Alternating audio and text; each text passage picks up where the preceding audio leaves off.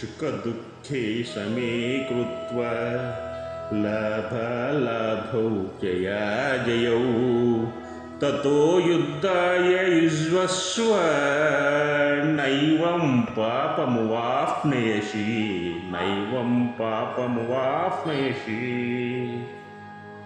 सुखदुःखे समे कृत्वा लाभालाभौ जयाजयौ ततो युद्धाय युज्यस्य नैवं पापमुवाप्नयसि। సుఖదుఖములందును లాభాలాభౌ లాభ నష్టములందును జయాజయౌ జయాపజయములందును సమీకృత్వా సమానముగా దలచి తతః అటు పిమ్మట యుద్ధాయ యుద్ధము కొరకు యజ్జస్వ సిద్ధపడము. ఏవం ఇట్లా చేసినట్లయితే పాపమును నా అవాప్నేసి పొందవు. సుఖదుఖములందును లాభ నష్టములందును జయాపజయములందును సమబుద్ధిని కలిగి ఉండు అర్జున. అలా అయినట్లయితే పాపానికి ఎప్పుడు కూడా నువ్వు దూరంగా ఉంటావు, పుణ్యలోకాలకు వెళతావు. ఈ శ్లోకమునందు భగవానుడు కర్మ రహస్యాన్ని బోధిస్తున్నాడు. కర్మ చేయనప్పుడు ఏ విధమైన పాపము చేతను అంటబడకుండా విధానము తెలుపుచున్నాడు. అదే సమభాగము. సుఖదుఖాదులందు సమబుద్ధి కలిగి ఉండాలి. కర్మ రాచించినప్పుడు దానిచే మనుషుడు పాపస్పర్శ లేకుండా ఉంటాడు. సుఖము తటించినప్పుడు పొంగిపోయి గర్వించి నేనే గొప్ప నాకంటే గొప్పవాడు లేని. అదే దుఃఖం కలిగినప్పుడు పొంగిపోయి విచారపడి సమస్యలు కోల్పోతూ ఉంటారు. విజయం సాధించినప్పుడు ఎలా ఉంటాడో ఓడిపోయినప్పుడు కూడా అలాగే ఉండాలి. సమచిత్తి యందు ఆత్మ చక్కగా ప్రతిబింబించును. అట్టి వాడికి పాపము నెట్లు పొందగలడు, పాపాన్ని ఎప్పుడు పొందడు. కర్మ మార్గము తక్కువనియు కర్మ బంధహేతువనియు కర్మ కారకమనియు కొందరు తలుస్తుంటారు. కానీ భగవానుడు చెప్పాను, సమబుద్ధి కలిగి కర్మ రాచించవచ్చు. ఆ కర్మ వలన పాపం ఎప్పటికీ కూడా ఆ మనుజునికి అంటుకోదు.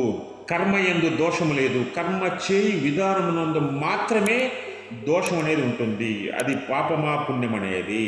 తతో యుద్ధాయ యజ్జస్వాని చెప్పడం వలన కర్మరంగమును ప్రవేశించడం ముందు కర్మని ఎట్లు చేయవలను ఆ పద్ధతిని తెలుసుకుని ఆ కర్మ చేయవలేను. తతః అంటే అటు పిమ్మట యుద్ధము చేయము అని భగవానుడు పలికినప్పుడు దీనికి పిమ్మట సుఖదుఖాదులు సమభావం కలిసి ఉండాలి అర్జునకు శ్రీకృష్ణ భగవానుడు తెలియజేస్తున్నాడు. అదేవిధంగా కురుక్షేత్రం యుద్ధం దిగినట్టు విజయం సాధించినట్లయితే పొంగిపోక ఓడిపోతే కుంగిపోకుండా ఉండాలి. అదే కర్మ రహస్యము.